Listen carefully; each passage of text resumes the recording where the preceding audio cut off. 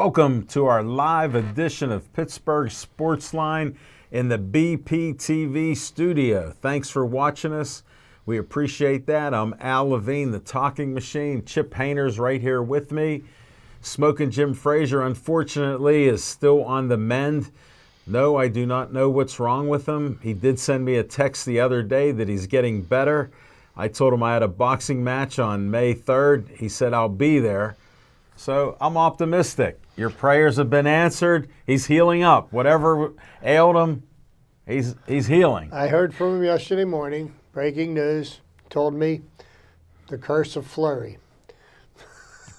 He's insane with that. He told me the same thing. He told me that too. But yeah, we'll talk some sports later on. But keep your prayers coming for Smoking Jim Frazier, and hopefully we'll get him back maybe in a couple weeks. I don't know when or how, or if he got a car since it was totaled and he was in that trauma unit for 3 days. I don't know what he injured, but we'll figure that out later. But we got some sports for you tonight. I want to thank all of you for watching us on Comcast 7, only in Bethel Park. Thanks for watching us in Bethel Park on Verizon 32, all the way from Nemacolin to Cranberry, Wexford, and all points in between. We appreciate that. Thanks for all the Facebook likes. Means you watch our show and like our page. 6,863 likes. Thank you very much. We appreciate that. And we got a lot of sports to talk with you tonight. We do have a couple sponsors. I'm going to bring that up. Olive Oil's Pizzeria at Hillcrest Shopping Center, 412-831-1900. Gives us an extra large pizza and a steak hoagie. It's delicious. Thanks to Frank Fanera. And give them a call there at 412-831-1900, right in Hillcrest. Next, there's the Bethel Park Historical Society Schoolhouse Arts and History Center, 2600 South Park Road. You can't miss it. The big old red trolleys there. They run out the building. They have different events. Different things are going on. The coffee shop's supposed to open. I'm not sure when, but they're supposed to have a coffee shop there, so check that out. Next, we end each show with Stay Joey Strong in honor of Joey Fabus, who died before his 9th birthday with the dreaded cancer, DIPG. They've raised over $100,000 for finding a cure for DIPG. I give the family and friends a lot of credit. They got an event coming up at the community center on May 17th at 7 o'clock, a night at the races. $20 to get in. I think it's $10 for a horse, and you can win $40. All the money goes to find a cure for DIPG. Stay Joey Strong and check out the Joey Fabus Childhood Cancer Foundation. Next is the Bethel Park Community Foundation, bpcf.org. I don't know if you can give me an adjustment on this. What happened there, guys? There we go. I like looking at my face there, but this is what I'm talking about. You can get $100 to $5,000 for your group that's doing great things in Bethel Park. You can get an application, come on in there. I'm one of the trustees on the board. A lot of money goes through. We gave out over $100,000 last year, so check it out. There's different scholarship funds and everything else to students in the area. It's a good cause, and they have a great group there, and a lot of things are happening. Well, Dave Cable likes to have a little fun at my expense. He put my face on Uncle Sam. Tell them Uncle Al sent you. Give BPTV a call. I want you for BPTV, 412-831-3304. That's again, I want you for BPTV. We got Steve here. We got Zach. We got Jack. They're all doing the sound, the audio, the video, you name it. Keeping us on point, even running the commercials. That we do shows on location, off location, so you could have those opportunities to run a camera and go out there and help Dave Cable. Give him a call, 412-831-3304. And we're also sponsored by Skeets Lewandowski of What's on Your Mind. And that's 724-348-4715. They're right past Trax Farm in Mineral Beach. It's a red, white, and blue station. I was just there the other day, got a photo, posted it up on Facebook. I was wearing Mike Murray, the legendary MMA guy and boxer, was wearing his T-shirt. He fought in the first MMA fight in the country, and that was held in Pittsburgh, believe it or not. We're known for that. All right, we're ready to start the show. I got a question for Chip Hainer. What's on your mind? Well, thank you, Alan, and good evening, everybody. Welcome to our show. Tonight we've got Bucks and we've got Pucks. Oh, yeah. And the Pirates are bottom of the second inning. We're beating the Detroit Tigers 1-0. Got off to a good start. Joe Musgrove's on the mound. Nice. And we'll monitor the game as it goes on. Penguins drop the puck in about 25 minutes. But well, they're saying the start is about 7:40. I have been nothing but opinionated since Whoa. I've been on this show. Don't change tonight, then. Don't change. These 8 long years. And 8 long years ago, I made quite a bold prediction. And I humbly have to admit that I was wrong. I'm going to bring that point up. Go ahead. 8 years ago, I said that Tiger Woods would never win another major golf tournament. And lo and behold, Tiger Woods won the Masters this past weekend. Yeah. Congratulations to Tiger Woods. It was a well-earned victory. It certainly was not handed to him. But that just gets all these people, like, for the last 11 years, all the Tiger lovers, I've heard nothing but crickets from him, because he's been nothing shy of a train wreck. And I'm not a very big fan of Tiger Woods. As a matter of fact, there's a lot of things that I find distasteful about him, to put it mildly. And, one of the things that bothers me more than others is now everybody's coming out of the woodwork and they're saying, Tiger Woods, the GOAT, the greatest of all time. And, it just makes me laugh because, as it's well documented, I'm a historian of sports. Sure. I've studied the history of most of the major sports: football, baseball, basketball, hockey, as well as golf. And yes, Tiger Woods may be the best golfer of his generation, but there's a new generation of golfers that are going to make their mark that are equally good or better. But, when I look at the greatest of all time in the sport of golf, Tiger Woods doesn't come to mind. The person that comes to mind that I feel is the greatest of all time would be none other than the Golden Bear, Jack Nicklaus. And Jack Nicklaus, he did set the gold standard with 18 major championships, and Tiger has now won 15. So people think that if he matches Jack's record, that he would become the greatest of all time. But I think what separated Jack Nicklaus from every other golfer of every other era, not only did he win 18 major championships, in just the major championships themselves, he came in second place 32 times in his career. And at that, I dropped the mic. But when your resume can be equaled or equivalent or greater than that, I'll listen to your conversation about who's the greatest. Tiger's very good, maybe the best of his generation, but not the greatest of all time. That's what's on my mind. There you go. Well, this weekend, I saw the Masters was on, and I'm flicking around on the Masters, checking it out. Ignored it for a couple days.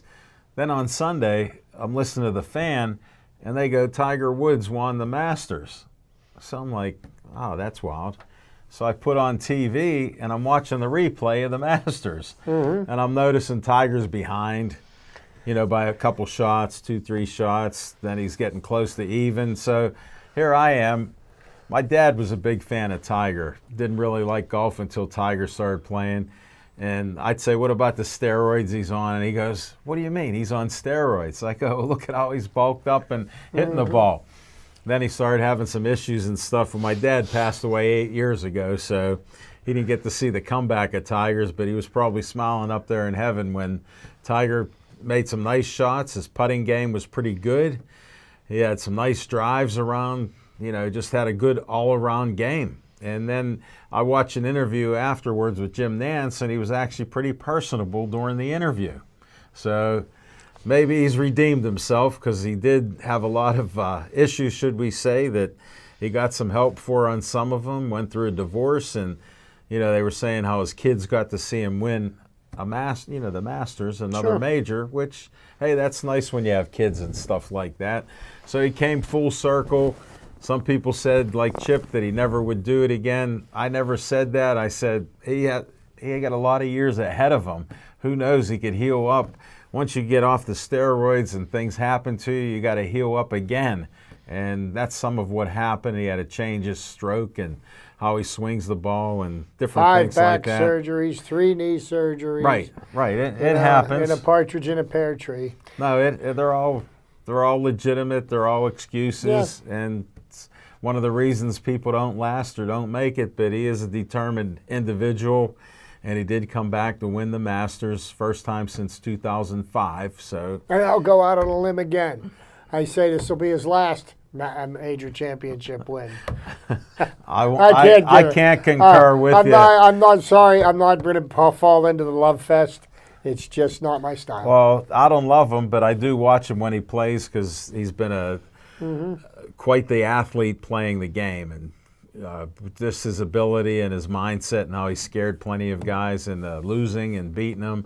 But those things happen. But he's back for 1 week. We'll see what happens after that. I won't rule out another major. I will say that, Chip. So we'll see what happens. Coming attractions, we're going to come back with Chip's Trivia Time.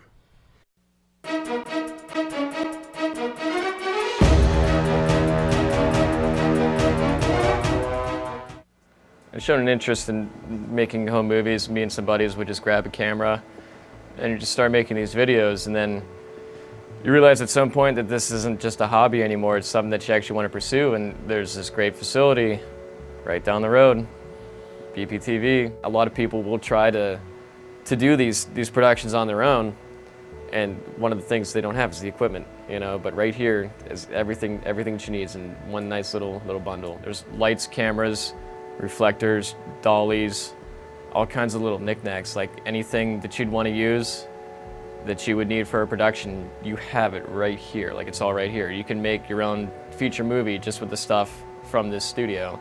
Come meet Dave Cable, let him show you around, and I think you'll realize that this is something that you could fall into regardless of your level of expertise, whether you're a beginner or even if you're a more advanced learner. There's something here for everyone, and I feel that you just need to come through and just be a part of the experience and just watch and learn, and let Dave be your guide.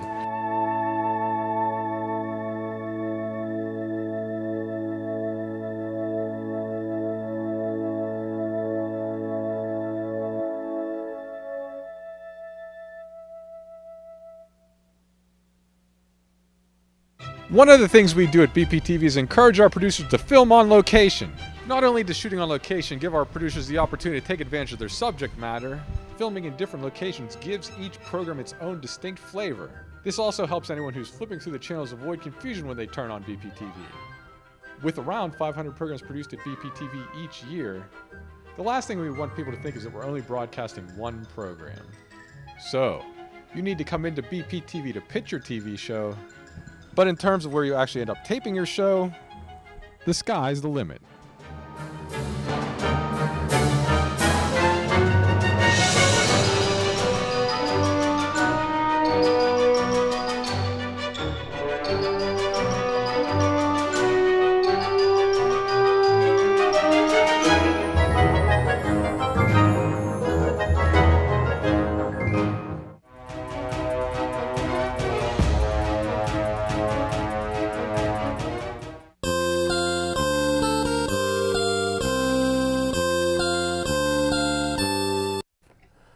Well, good evening, everybody. And, I mentioned tonight we got Bucks, we got pucks. The Penguins dropped the puck against the New York Islanders this evening. And can history be rewritten? Only 4 teams have. Actually, only 2 in the National Hockey League. Whoa. The third would have been the 2004 Boston Red Sox. And we'll get into that. But the Penguins are down 3-0 to the New York Islanders. And if you looked at the way they played on Sunday, it looks like the Penguins have tee times made tomorrow morning. Okay, does that mean that they're going to lay down and quit this evening? I would think not. You know, they still are a recent champion, and I do believe they have the heart of a champion. They have been playing just awful hockey, poor defense, poor puck management, so on and so forth. So the Penguins have themselves in a hole. They're down 3-0. And is the Penguins coming out of this hole and winning the series is unlikely, but it's not impossible. And as a matter of fact, I would like to revisit a couple of times where a 3-0 deficit has been erased in the NHL, and the things were changed. Yeah. And the first one, I go all the way back to 1942. Whoa, that's way back. 1942. With the playoffs here, not too many coaches or players are thinking about 1942 or 1975. And I'm sure 1975 has been mentioned quite a lot, but we'll get there, okay? Because of the old playoff philosophy that you can only play a game at a time, but there is one playoff adage that everyone knows in a best-of-7 series. Don't fall behind 3-0. It's nearly impossible for a team to down 3-0 in a best-of-7 series to come back and win. Until 1975, only the 1942 Toronto Maple Leafs were able to accomplish this feat. Detroit had won the first 3 games of the Stanley Cup final, but the Leafs' Don Metz, who sat out the first 3 games as a scratch, was one of the main reasons the Leafs got back in the series, as he scored 4 goals and added 3 assists after Coach Hapday inserted him into the lineup for Game 4. They shut out the Wings in Game 6, and the Leafs got a big effort out of Sweeney, who scored twice in the third period, to help the Leafs win Game 7 in the Cup 3-1. It was the first time a team in any North American sports playoffs had overcome a 3-0 deficit to win a series. In 1975, the New York Islanders, under legendary coach Al Arbour, and his players weren't thinking about the 1942 Maple Leafs. As the Islanders captain Ed Westfall recalled, players on the then 3-year-old franchise weren't students of histories.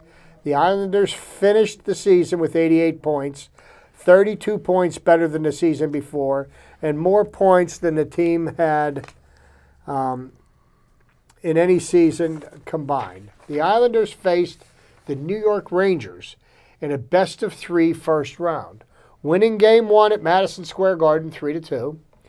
But the Rangers came back and tied the series with an 8-3 win at Nassau Coliseum, which set up the series decider at the Garden.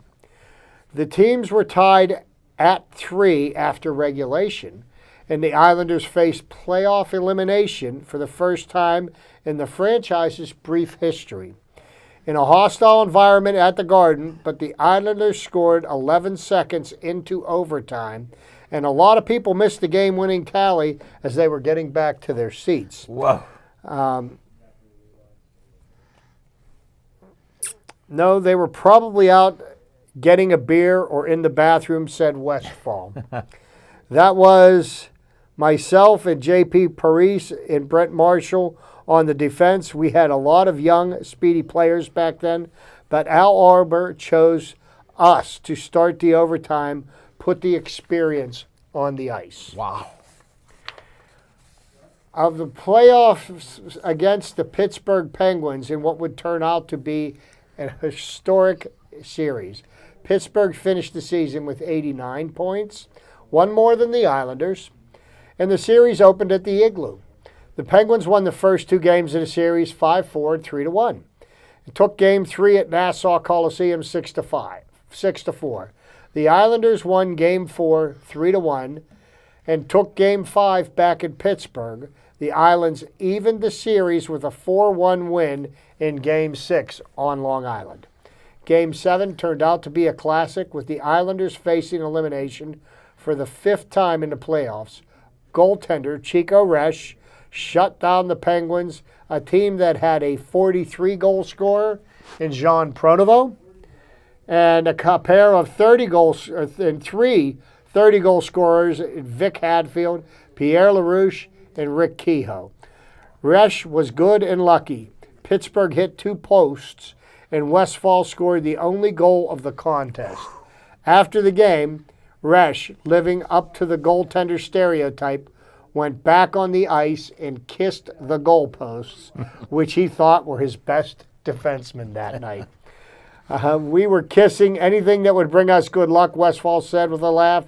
We were a hard-working team that wasn't successful, but was very successful starting in '75, and for the next 10 years, probably the best franchise in the league. Wow. And if people don't remember, the Islanders did win 4 cups in a row. You think about winning 4 championships in a row. Rare. That is rare air that they were in.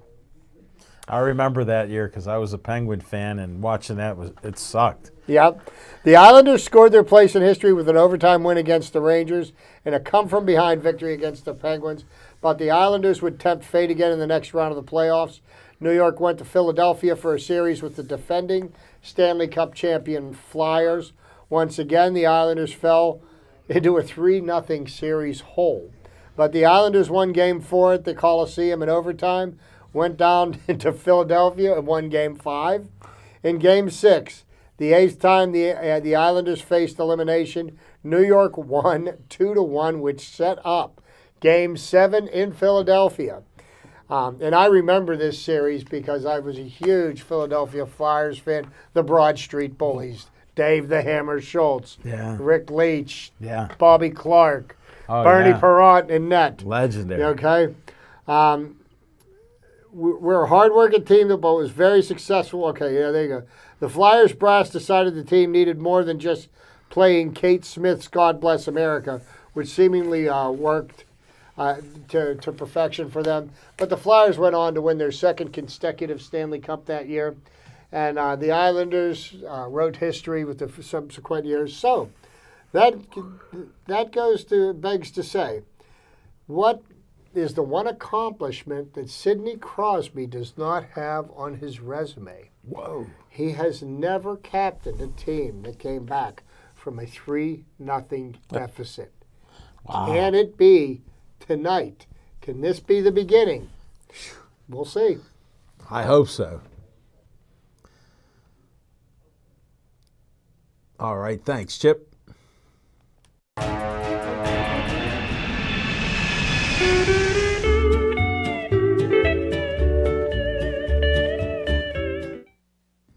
On location, we'll be back at Olive Oil's Pizzeria May 13th, 7:30 to 8:30 at 930 Brookline Boulevard. Come on out. Frank Fanera usually has some specials going on there.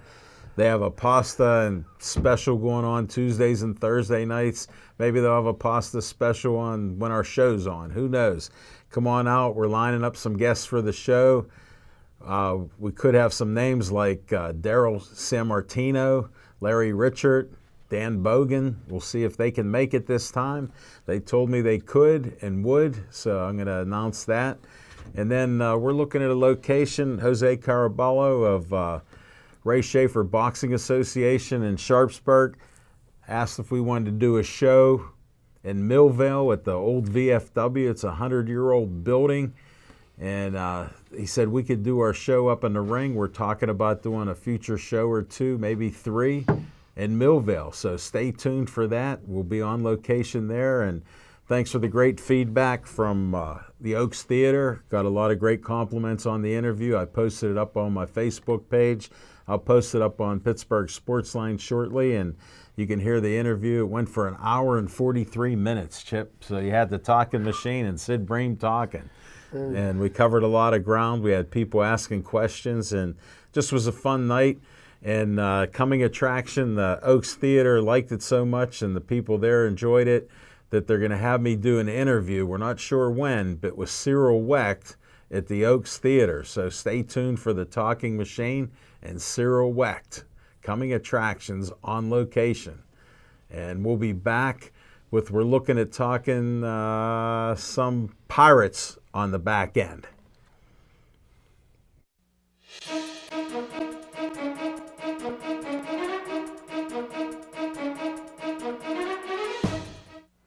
Hey, it's Christine from Bethel Park Library. I want to tell you about a great fundraiser we have going on. You can take home a print of this cute sloth, painted by local artist Maria Prasic, was inspired by Vivian, the sloth that lives at the National Aviary.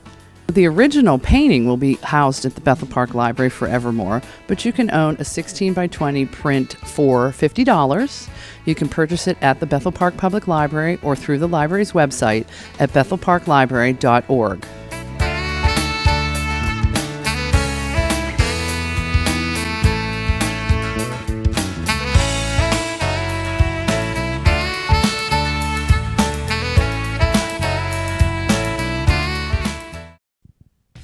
Bethel Park Inline Hockey. It's fast, it's fun, and we want you to play.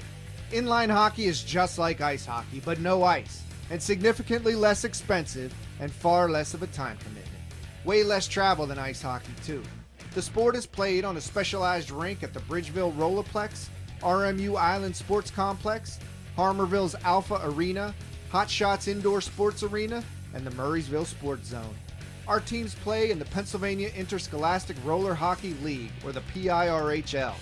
Each year, teams from elementary, middle, and high school play a 16-game schedule, plus playoffs, from October through March. Practice one evening a week and games on Saturdays or Sundays.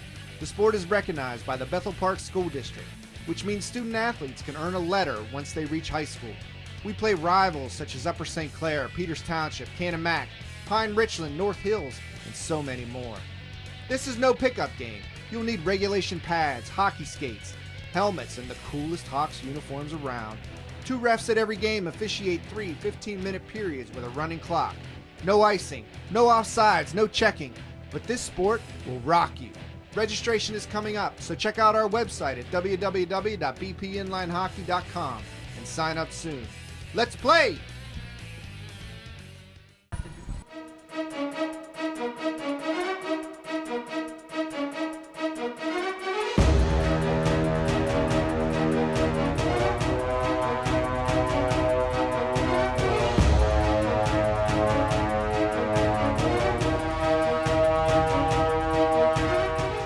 Deliver the press.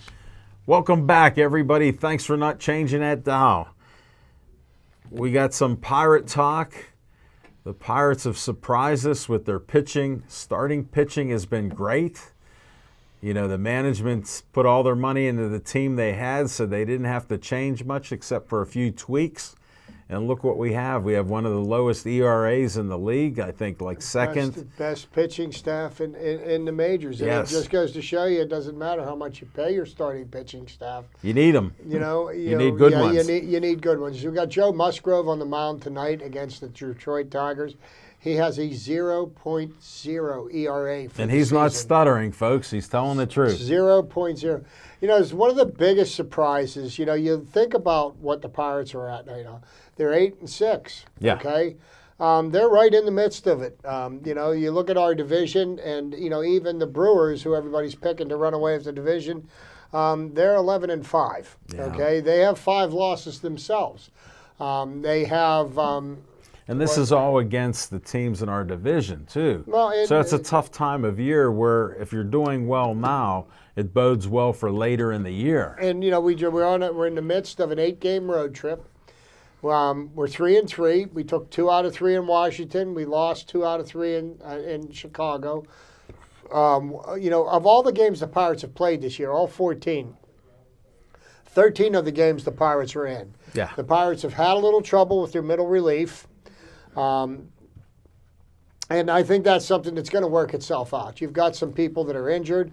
Pirates got Kyle Crick back tonight. He was supposed to be the 8th inning man. Yeah. Keone Kela has hitting some rough patches. He's been throwing some home run balls. And Rodriguez has been giving up the gopher ball as well. Same They've thing. given up some leads. So, you know, they've been given the leads late in games. And, you know, I think this is something that the Pirates are going to work out. But here's the interesting thing. 2/3 of the Pirates' starting outfield has not played yet this year. Right. Okay, you've got Corey Dickinson, who's been out with a sore shoulder. Sure. He's healing up. And you had Lonnie Chisenhall, who was supposed to start in right field. Now, I think one of the master strokes that Neil Huntington pulled off this past winter was they signed Melky Cabrera to a minor league contract, invited him to camp Right. with a chance to make the team. Oh, by the way, Melky Cabrera is batting over 400. Yeah. Got another hit tonight. And he's playing Okay. some good ball in the And field. he's playing decent ball in the field. Tonight they've got him as the designated hitter. They've got the two young guys, Pablo Reyes in left, and Yeah. they've got J.B. Shuck in right field. And these are two players that really they should be playing for the Indianapolis Indians. They should not be starting on the Major League club, but Right. because of injuries, they are. Now, Gregory Polanco, who is now down in Indianapolis, his rehab is progressing very nicely. Sure. And, he's ahead of schedule. But here's the problem. He's swinging the bat pretty good, but he's swinging the bat against AAA pitching. And there is a large difference between the pitchers that you face in AAA and what you see in the majors. Oh, without a doubt. So, Gregory Polanco, we're looking for him to get back. And if he can get back and swing the bat like he was before he got hurt last year, Yeah. it would be a huge boost to the Pirates offense. Talking about the Pirates offense, right now it begins with Melky Cabrera, and then what's driving the Pirates offense? Josh Bell. Josh Bell is hitting the ball Sure. like he did when he was a rookie. He just started to come alive. And when Alan and I were talking about this last week, Josh Bell is never going to be a Gold Glove first baseman, okay? And I can accept that. But if this kid can give us 25 to 30 home runs, drive in 90 or 100 RBIs, he is worth playing every day. Sure. Okay? Because whatever mistakes he makes up in the field, he's going to make up for with his bat. Yeah. And he's just as hot as it can be. He's batting over 300, leading the team in RBIs. Yeah. And the way he's hitting the ball, Powerful. is when Power you hear the shots. ball hit the bat, you can tell he's making solid contact. And Melky Cabrera has found the fountain of youth. At 34 years old, he's playing a solid outfield. He's not somebody that you can play 6-7 days in a row. No, you got to rest him. You got to rest him. But this is a guy that's, he was out of work. Nobody wanted him, Right. and Neil Huntington offered him a chance to make the team in spring training, and he did that. thank goodness the Pirates have him. So there's some real good things going. There are some things that could use improvement with Yeah. the Pirates, and first and foremost, Jung Ho Gong is 0 for his last 18.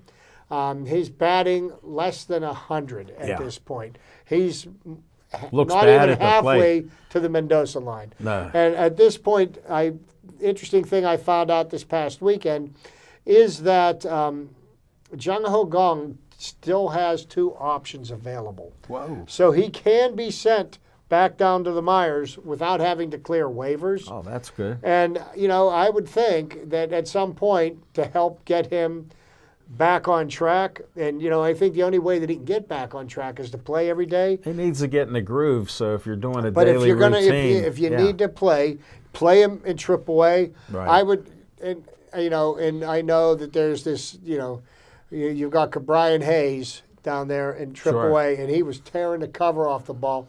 I would honestly bring him up. I mean, Colin Moran has hit the ball well, but he doesn't. Yeah. He's not a very good fielder.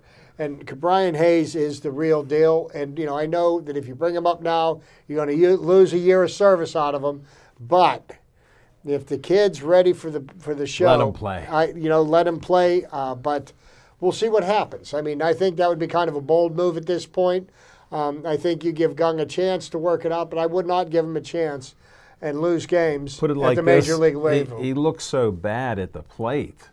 He's He's just out of sync completely. I've watched he's him. misreading the spin on the ball. Yeah, he's And, just not even close to it. And Colin Moran has performed real well. 2 pinch hit home runs so far this year.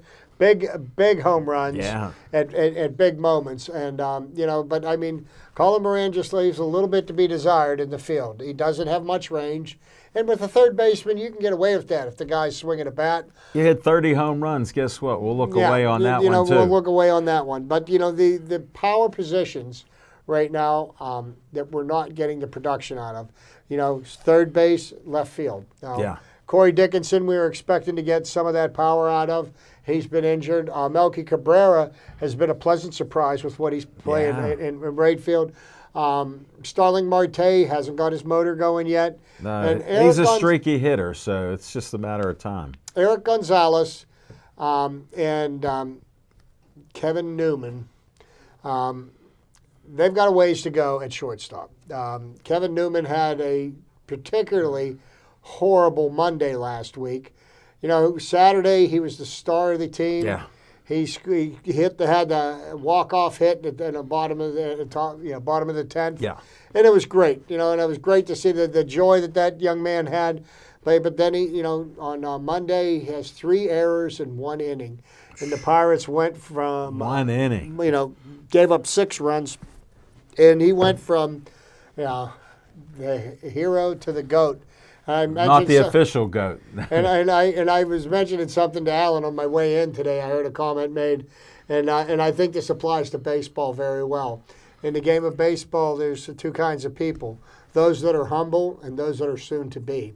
And I think. Well, he's down in the minors right now. They sent Kramer down. Okay, Kramer. Yeah. I wasn't Newman, sure. Newman stayed. I Kramer get Newman, went. Kramer, and Seinfeld mixed up. Yeah, we do. That's the But right now, Eric Gonzalez was supposed to be a better rangy shortstop. Disappointing. Cover more great, and he can't hit a lick. And how much longer? Can we do that? And I know once again you got to let the kid play. You just hope Maybe that he he'll doesn't settle cost down you if too many games. if he's that good of a fielder. Maybe it'll come to the rise to the top. Adam Frazier has been solid as a second baseman. He has. He's not a Gold Glove second baseman, but the kid is a good leadoff batter. And he's turning double plays once in a while, which that's hard to do when you're not used to double play. Well, this was one of the things that helped Neil Walker become a great double play combo guy, was that you're learning from one of the best. Bill Mazeroski still comes down and works with the infielders in spring work on training. that pivot. Bill Mazeroski did it better than anybody. Yeah, he was there are smooth. so many people that complain that he's in the Hall of Fame, and I do feel that your defense can get you into the means Hall. something, sure. Think about how many games the Pirates won because of his defensive prowess. Definitely. But, him and Gene Alley, I got fond memories of yes. those two. Yes, Turning I do. a double play. Yes, sir. The gunner used to call it the Hoover job. Yeah. Right? Leave it to the gunner. He would mention the Hoover. Yes, he would. So, Pirates got 2 games in Detroit. You got a day off, and then we've got 3 against San Francisco.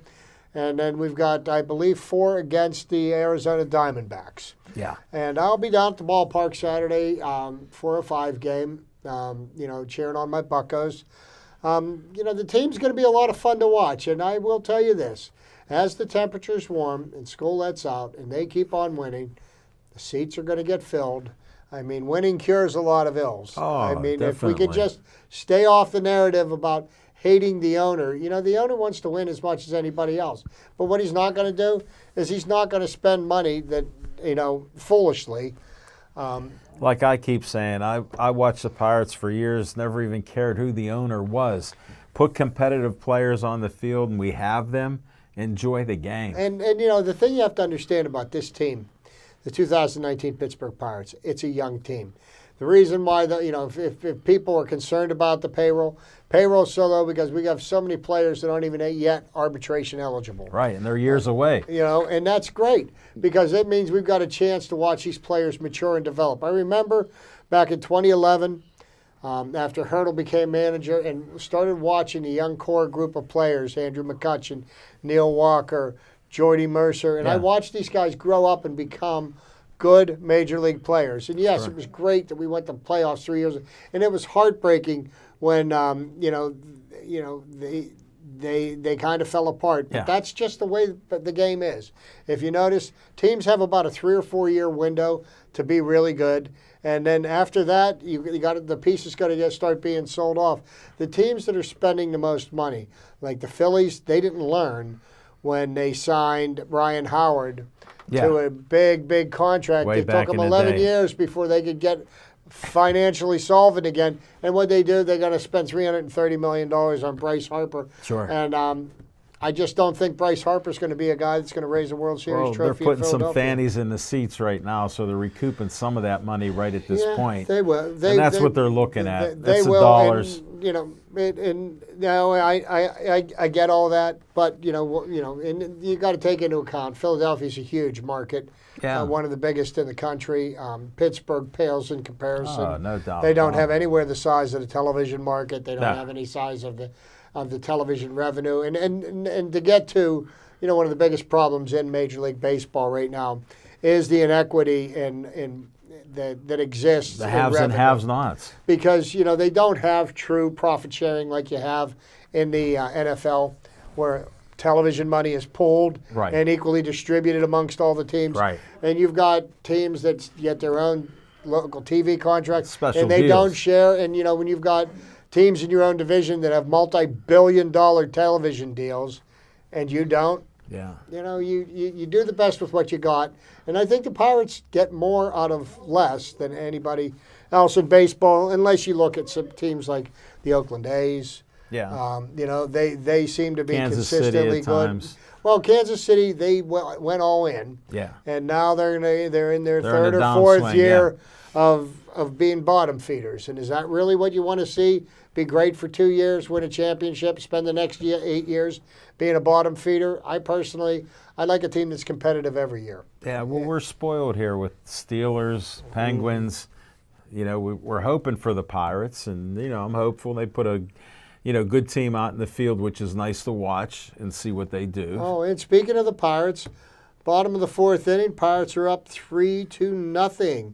Jung Ho Gong homers to center field with Josh Bell on base. So there we go. Hey, that's it. We asked for some We help. asked for some help. They, they played him tonight, and apparently they guessed right. So maybe this helps. Don't send them down. Keep them up. Joe Musgrove's putting up zeros once again. No, that's great. You know, Thanks for that update. Yeah. Yeah, that helps. Yeah, We're sure just thing. talking about it. Yeah, and exactly, and I'm glad to share that. Speaking of updates, we got to talk some Penguins. Penguins haven't turned that switch on. I've been watching each game, and it's been so unsatisfying watching it and disgusting that the Islanders have just taken it to the Penguins. I don't care what Sullivan's changed up or what he's done. The players on the Penguins aren't really producing, and the Islanders are taking the game away from them each time. They're dominating the game with their style. You watched the first 3 games of the series, and I watched a fair amount of the game Sunday because I was in the process of getting rained out, and I was waiting out the rainstorms. But it appeared that the faster and the faster team is the New York Islanders, that they play with more desire to win, Yeah. and it seemed like right in front of our eyes. Put that it the like Penguins this: they're got old grabbing and it. slow. They're taking it away from us. Not that the era's come to an end, but the Islanders are just taking it to the Penguins and showing more spunk. And you know me, I like to be a bit sarcastic, but I have had no problem finding Evgeny Malkin this series. He's usually in the penalty box. When is he going to learn that as a goal scorer, a former scoring champ, you can't score goals from the penalty box? It's difficult. He continues to make the same foolish mistakes. He gets goaded into retaliating, and then he ends up spending time in the box. And the Penguins just. Playing a man down, you can't it's play tough. your game. No, we gave so many penalties away, and it's just terrible that we're not playing with the same desperation, I guess, that the Islanders have. No, they're playing like they want to win. Yeah. And, You can see the difference. yeah, you can. So far, first period, we got no score in the game.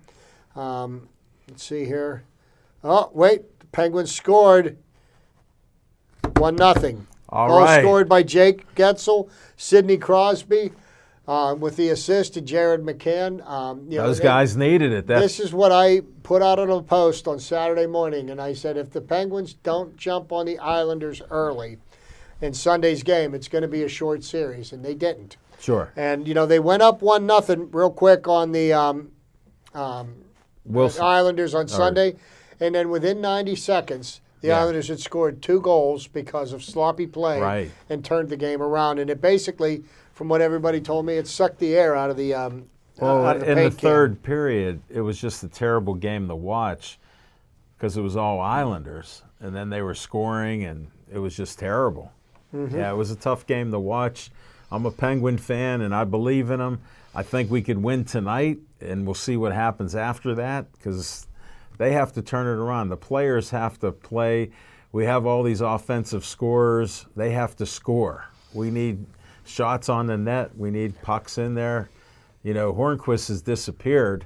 Being on the third line, he's totally disappeared there. You don't even see him. Yeah, it's- he's a non-factor. Since he signed his big contract extension, he's disappeared. And if the Penguins do ultimately end up getting bounced tonight and lose the series 4-0, what kind of changes will the Penguins roster undergo? There'll be some, for sure. There will definitely be some changes, and I think part of the problem with the Penguins roster is that the players that the Penguins have so much money tied up in so few players that the players that they may need to move, they may not be able to move because no. nobody wants to assume those contracts. Look at the down year that Malkin had. What are you going to get for him? And he's 33 years old now. Tied game now. Islanders just tied it Oh, up. you shouldn't have looked at that, Chip. Forget about that. This is the looking. way it's been the entire series. Every time that the Penguins score, the Islanders score right away within 30 seconds. Yeah. They've tied the game up. So And that's the frustrating thing watching these games. We because the go Penguins up. can't ever score a couple No. of them in a row. No. Just get that second one in, and then we don't. And then, And the game's only 2.5 minutes old. yes. It's only 2.5 minutes old, and we're tied back up. So it's an even slate. Go Pens. Go Yeah, Pens. we We need help. yeah. Maybe that number one line will come through again. We shall see. We shall see. The game. There's a reason why they play the games, right, Alan? Oh, But as we know, you need 16. now getting off. We've talked about the Penguins. We've discussed the Pittsburgh Pirates. Yeah. Last night, something happened in the NBA that's never happened before. I missed it. What happened? What happened? The defending two-time champions, Golden State Warriors, were playing the Los Angeles Clippers, and in the second half, they had a 31-point lead Wow. and lost the game. No way. There's the biggest comeback in NBA playoff history. That is a big one. You want to talk about blowing a lead? That's worse than the Falcons did to the Patriots Yeah. in the fourth quarter of the Super Bowl 2 years ago. No, that is. Wow. 31-point lead with the talent of the. In the second half. Wow. So, the amazing things are happening. And like I said, being down 3-0 is not where you want to be. It's improbable that you can come There's out of always that a hole, possibility. but there is a possibility. But it's interesting, the last time that this happened, when the Penguins played the Islanders, they were playing at Nassau Coliseum. Sure. The Islanders have not been playing at Nassau Coliseum No. all year, but because of scheduling, they are playing. This is the last series that they'll ever play in the old Nassau County Sure. Coliseum. So is there any magic left in that old building? Maybe lightning can strike for the Penguins. Well, we can try. We can remain hopeful. we can Why remain. not? We're sports fans and we love our teams. Yes, we do. And we are passionate about our sports.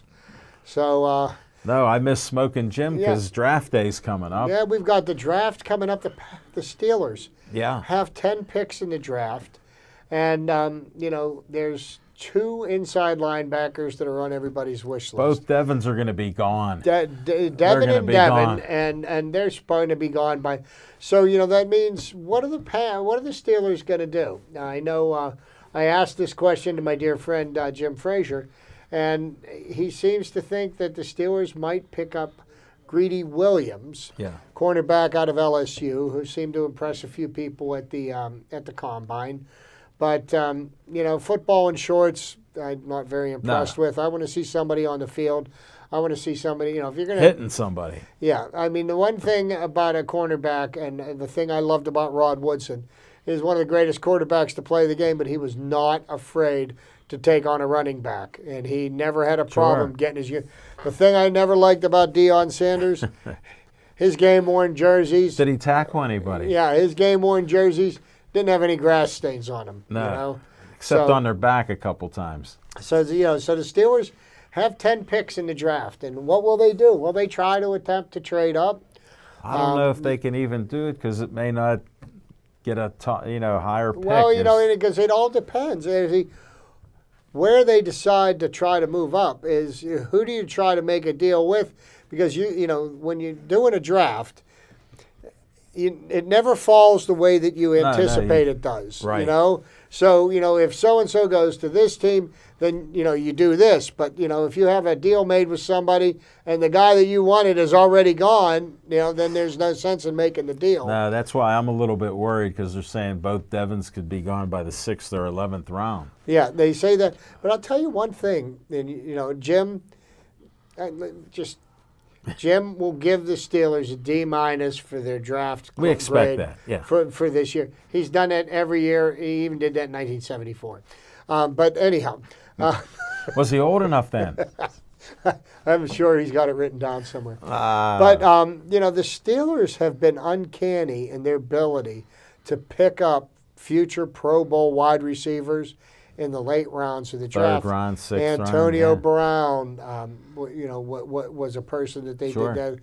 There's been a number of success Even Hines stories. Ward wasn't. Hines Ward, who, in my humble opinion, I feel that he should ultimately end up in the Hall of Fame, but because of the way that the game of football has evolved, his get looked statistics are past, going to yeah. he'll get looked back. But if you think about what he accomplished, and I mean, he didn't have Tom Brady or Ben Roethlisberger or Peyton Manning thrown for him, and he had people like Tommy Maddox, Cordell Stewart, Yeah. who was the other one? Mike Tomczyk. He had some really bad quarterbacks pitching him the ball. He still managed to get 1,000 receptions. Sure. And he was the best blocking wide receiver in football. They changed the rules because of Sure. him. And then you got to look at how many Steelers are in the Hall of Fame. Yeah, Because that could hold him back. Look, well, we can't get Faneca. I think it is holding Faneca back because I think Alan Faneca, 9 straight Pro Bowls. He should be in. There's no reason why he shouldn't be, and I don't know what's keeping him out. Donnie Shell, too. Put Donnie in. Donnie should have been. Well, Donnie's a product of that '70s team. They finally said, that's it. L.C. Greenwood should have gone in. Oh, there's another. Hollywood Bags. Yeah. They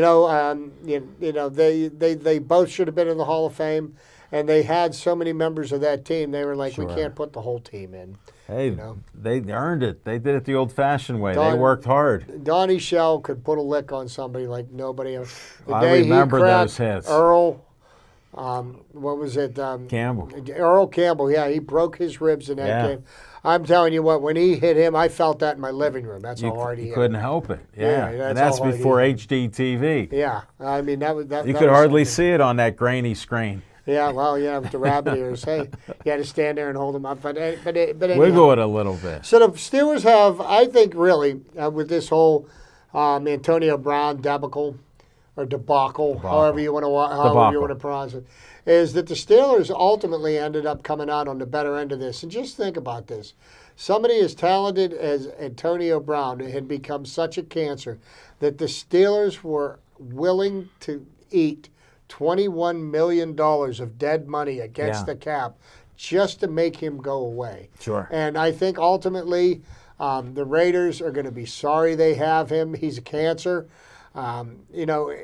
all the national broadcasters are Well, just he can't help himself. He's lashing out over stupid things to get attention on himself. well because you know what? Ever since he got traded, nobody cares.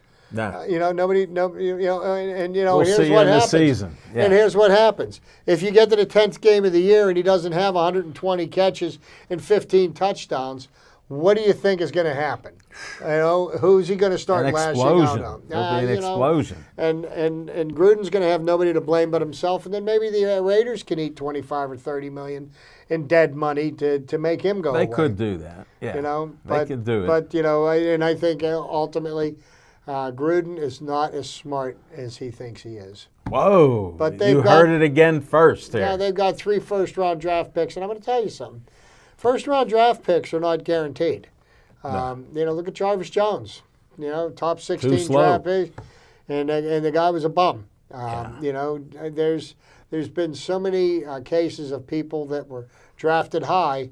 You know, I personally think you get the lower round draft picks, and you get these guys that are hungry and they want to prove Sure. something, and they'll put Sure. in the work. You get these. Look at running backs and wide receivers. They're almost a dime a dozen. They really are, and I think you know, Le'Veon Bell learned a very humbling lesson. Was that, you know what, you weren't worth nearly as much because, you know, look at the Steelers had a Pro Bowl running back without you this year. Sure. So Sure. was that a product of the offense? And he can the also catch offensive the line? football, too. Yeah, you know what, and you know, But it shows hard work, does produce results. You got to give Antonio Brown credit, except for the 2-cent brain outburst that he makes. well, and I do admit, I do admire Mike Tomlin for saying this. If they don't want to be here, then we don't want them here. I want guys that want to be here. Yeah. Okay, it's that simple.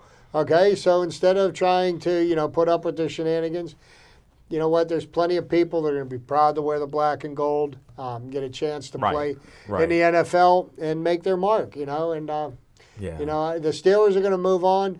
They're still going to win a lot of football games. Here's the interesting thing that I think: everybody has already anointed the Cleveland Browns as the AFC North champions. And I just think that's almost laughable, okay? On paper, What the have Browns, they? What have they won? the Browns have a really nice team on paper. Last I saw, paper don't win football games. Ah. And besides that, they're the Cleveland Browns, for crying out loud. Look Yeah. what they've done in the last 20 years. Everybody says Baker Mayfield's the next coming. Well, let me tell you this. The one game of the season that they needed to win, what did Baker Mayfield do on the final drive when they needed to score? Was that a little choke job that I Yeah. saw there? I think more to come. Sure. No, those things will happen. You just never know. He might be a leader, and you know he's loud and boisterous, but you don't win every game. You need a team in there. Well, you got you to know, have a that- team. I think it's too many egos on that team, and I think, you know, they don't mesh. No, You know, so that's true. Well, it's coming attractions. We'll see what they do with Big Ben. They got to sign him. We got to get that yeah, extension that'll there. get done. That'll Whether get it's done 3 without a years lot or of fun. whether it's 3 years or 4 years, we'll have to see. Whatever it's going to be. That's a coming It'll attraction. happen. Some draft talk. We'll have that coming up. Go Buccos. Go Pens. Hopefully, go Pens. We're just about out of time here. Thanks for watching our show. Say a couple prayers for Smoking Jim Frazier. This is Al Levine, the Talking Machine. I'm signing off. Say goodnight, Chip. Good night, Chip. And we got to have a little bit of fun here. We've been doing this 7.5 years, and we end each show with Stay Joey Strong.